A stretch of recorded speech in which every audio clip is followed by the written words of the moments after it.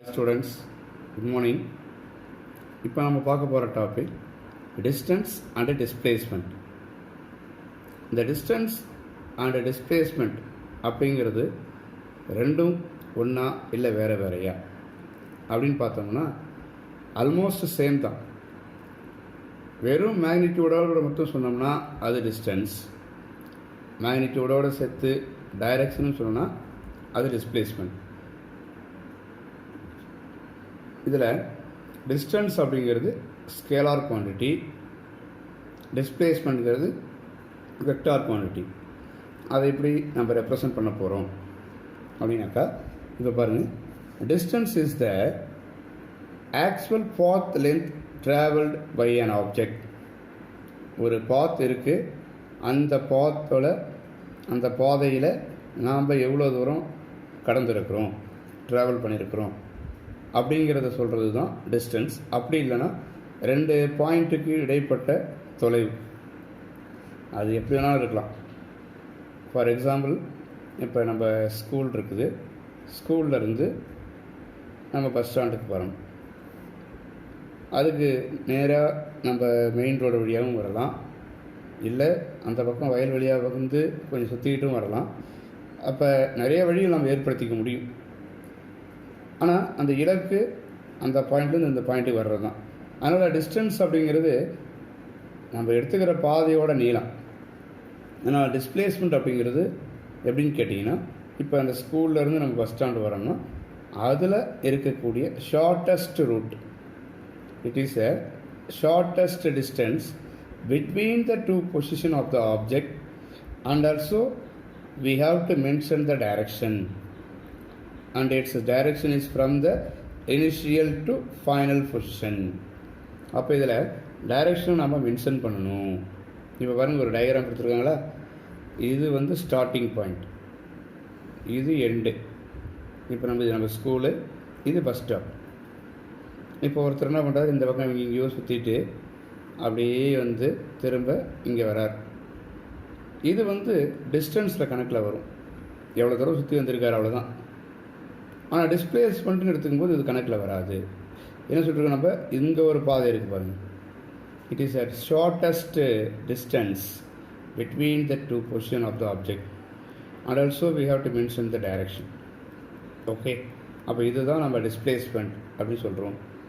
அப்போ டிஸ்டன்ஸுக்கும் டிஸ்பிளேஸ்மெண்ட்டுக்கும் ஒரு டிஃப்ரென்ஸ் கேட்குறாங்க, டிஸ்டிங்விஷ் கேட்குறாங்க அப்படின்னா, ஃபஸ்ட்டு பாயிண்ட்டு டிஸ்டன்ஸ், அதுக்கான definition, it is the actual path length travelled by an object எழுதுறீங்க. ரெண்டாவது டிஸ்பிளேஸ்மெண்ட்டில் என்ன எழுதணும், it is defined as the shortest distance between this two position of the object. அடுத்தது என்ன பண்ணணும், it is a scalar quantity, it is a vector quantity அப்படிங்கிறத mention பண்ணிவிட்டு நீங்கள் அந்த டிஸ்டிங்விஷை முடிக்கலாம். அடுத்தது, இப்போ இதை எப்படி நம்ம ஒரு வெக்டார் ஃபார்மில் காமிக்கிறது, displacement vector Cartesian coordinate system, எப்படி நம்ம இதை காமிக்க போகிறோம் அப்படிங்கிறது தான். இப்போ பாருங்கள், நமக்கு ஏற்கனவே பொசிஷன் வெக்டார் அப்படிங்கிறத பார்த்துருக்குறோம். இப்போ டிஸ்பிளேஸ்மெண்ட்டுக்கு அதை எப்படி கொண்டு போக போகிறேன் அப்படிங்கிறத பாருங்கள். ஒரு இடத்துல ஒரு பார்ட்டிக்கல், அதோட position vector R vector is equal to x1i plus y1j plus z1k அப்படின்னு இருக்குது. இதுதான் அதோட இனிஷியல் பொசிஷன் வச்சுக்கேன். இப்போ இங்கேருந்து என்ன பண்ணுதுன்னா, ஒரு பாயிண்ட்டு P2க்கு போகுது. முதல்ல இருந்தது பாயிண்ட் P1, இப்போ இருக்கிறது பாயிண்ட் P2க்கு போகுது. இப்போ என்ன ஆகுதுன்னு பார்த்தீங்கன்னா, இப்போ அந்த பாயிண்ட்டு P2க்கு போயிடுச்சு இல்லையா. இப்போ அதோட பொசிஷன் வெக்டார் பாருங்கள், x2i y2j ப்ளஸ் z2k. அப்போ டிஸ்பிளேஸ்மெண்ட் எப்படி நம்ம கன்சிடர் பண்ணுறது, இந்த பாருங்கள். இப்போ இதுக்கான டயக்ராம் இது தான். இது x ஆக்சிஸ், இது y ஆக்சிஸ். இனிஷியலாக அதோட பாயிண்ட் P1 இது, இப்போ இருக்கிற பாயிண்ட் P2 இது. அப்போ இங்கேருந்து டிஸ்டன்ஸ் R1, இதிலேருந்து இப்போ இருக்கிற டிஸ்டன்ஸ் R2. அப்போ அது நமக்கு எவ்வளோ டிஃப்ரென்ஸுங்கிறது எப்படி தெரிஞ்சுக்கலாம், இந்த R2லேருந்து இந்த R1 சப்ட்ராக்ட் பண்ணால் நமக்கு கிடைக்கும். ஸோ அப்போ அதுதான் நமக்கு ரிசல்ட் இல்லையா. ஸோ அதோட டிஃப்ரென்ஸ் இந்த R2 மைனஸ் R1, அதோட டிஃப்ரென்ஸ் தான் நமக்கு அதோட பொசிஷன் வெக்டார். அப்போ இங்கே P1லேருந்து P2 போயிருக்கு, அப்போ இதுதான் இதோட டிஃப்ரென்ஸை டெல் ஆர்னு எடுத்துக்கிறோம். அப்போ இந்த லைன் தான் நமக்கு அதோட டிஸ்பிளேஸ்மெண்ட்டை குறிக்குது, இங்கேருந்து இங்கே போயிருக்கு. So it is a shortest root. Okay, so அதுக்கான டயக்ராமில் அதை எக்ஸ்பிளைன் பண்ணணும். இப்போ இங்கே பாருங்கள், டெல் ஆருங்கிறது R2 மைனஸ் R1. அப்போ R2ங்கிறது X2, எக்ஸ் டேர்முக்கும் எக்ஸ் டேர்முக்கும், ஒய்க்கு ஒய்க்கும், இசட்டுக்கும் இசட்டுக்கும் தரும். அப்போ X2 minus X1 into I plus Y2 minus Y1 into J plus Z2 minus Z1 into K. Okay, இந்த பாயிண்ட்ஸ் கொஞ்சம் நல்லா கவனிங்க. இந்த டிஸ்டன்ஸ் அப்படிங்கிறது எப்பயுமே நமக்கு நெகட்டிவ் வேல்யூவோ இல்லை ஜீரோவோ ஆக முடியாது. It is always positive. ஆனால் டிஸ்பிளேஸ்மெண்ட் அப்படிங்கிறது பாசிட்டிவாக இருக்கலாம், ஜீரோவாக இருக்கலாம், நெகட்டிவாக இருக்கலாம், எல்லாமே பாசிபிலிட்டிஸ் இருக்குது. Displacement of an object can be equal or less than the distance. சில நேரங்களில் அதை நம்ம ஈக்குவலாகவும் பார்க்கலாம், இல்லை கம்மியாக இருக்கலாம். ஆனால் எப்பொழுதுமே அதிகமாக இருக்க முடியாது. டிஸ்பிளேஸ்மெண்ட் டிஸ்டன்ஸை விட அதிகமாக இருக்காது. சரியா? அடுத்து, distance covered by an object between two position can have many values but displacement has only one value. எப்படி? இப்போ நம்ம ஒரு இடத்துல இன்னொரு இடத்துக்கு போகிறோம், அதுக்கு பல வழிகளில் போகும்போது அதனுடைய தொலைவு அப்படிங்கிறது வேறுபடும். ஆனால் இடப்பெயர்ச்சின்னு எடுத்துக்கிட்டால் ஒரே லைன் தான், அப்போ அதுக்கு ஒரே வேல்யூ தான். இதுதான் இங்கே சொல்லியிருக்கிறது. அண்டு இப்போ நெக்ஸ்ட் இருக்கக்கூடிய அந்த இன்டெக்ரல் கால்குலஸ் அண்ட் டிஃப்ரென்ஷியல் கால்குலஸை நான் லைவாக உங்களுக்கு கூகுள் மீட்டில் நடத்துகிறேன். ஏன்னா அது வந்து போர்டு மூலமாக எக்ஸ்பிளைன் பண்ணால் தான் ஒரு சாட்டிஸ்ஃபைடாகவும் ஒரு தெளிவாகவும் இருக்கும். ஸோ அதனால் நான் ஸ்கூலில் வந்து உங்களுக்கு நடத்துகிறேன் கூகுள் மீட்டில். இப்போ அடுத்த topic, motion along one dimension.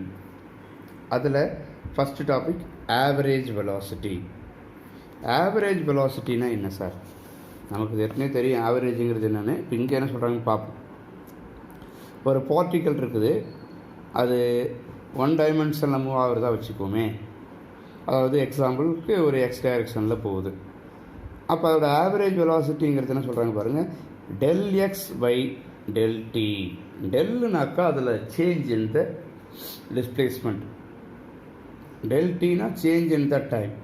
அந்த டைம் மாறுறதுக்கான டிஃப்ரென்ஸுக்கும் இந்த டிஸ்பிளேஸ்மெண்ட்டு இல்லை டிஃப்ரென்ஸுக்கும் இடையிலான ஒரு ரேஷியோவை தான் ஆவரேஜ் வெலாசிட்டி அப்படின்னு சொல்கிறாங்க. ஸோ அப்போ இந்த ஆவரேஜ் வெலாசிட்டி அப்படிங்கிறது என்னென்னு பார்த்தீங்கன்னா, it is also A vector quantity. It is also A vector quantity, but in one dimension we have only two directions, positive and negative. எப்படின்னு கேட்டிங்கன்னா, இப்போ எக்ஸ் ஆக்சஸ் எடுத்துக்கிட்டால் ஒரே டைமென்ஷன், இப்படி போகலாம் இல்லை இப்படி போகலாம். ஒன்று ஈதர் இந்த சைடில் இப்படி போகலாம், இப்படி போகக்கூடிய வாய்ப்பு இருக்குது, இல்லைன்னா இந்த பக்கம் போகிறது வாய்ப்பு இருக்குது. இப்படி போனால் நெகட்டிவ், இப்படி போனால் பாசிட்டிவ். இது ஆரிஜினாக எடுத்துக்கிட்டாக்கா சரியா? ஸோ அப்போ இதை கிராஃபில் நம்ம அது மாதிரி தான் போடுவோம். இப்போ என்ன சொல்கிறாங்க பாருங்கள், instantaneous velocity or velocity. Instantaneous வெலாசிட்டினா அந்த நேரத்தில், அந்த ஒரு கணத்தில். அப்போ நமக்கு என்ன formula, velocity v is equal to displacement by time. அதுதான் இங்கே வந்து டெல் எக்ஸ் பை டெல் டின்னு கொடுத்துருக்காங்க.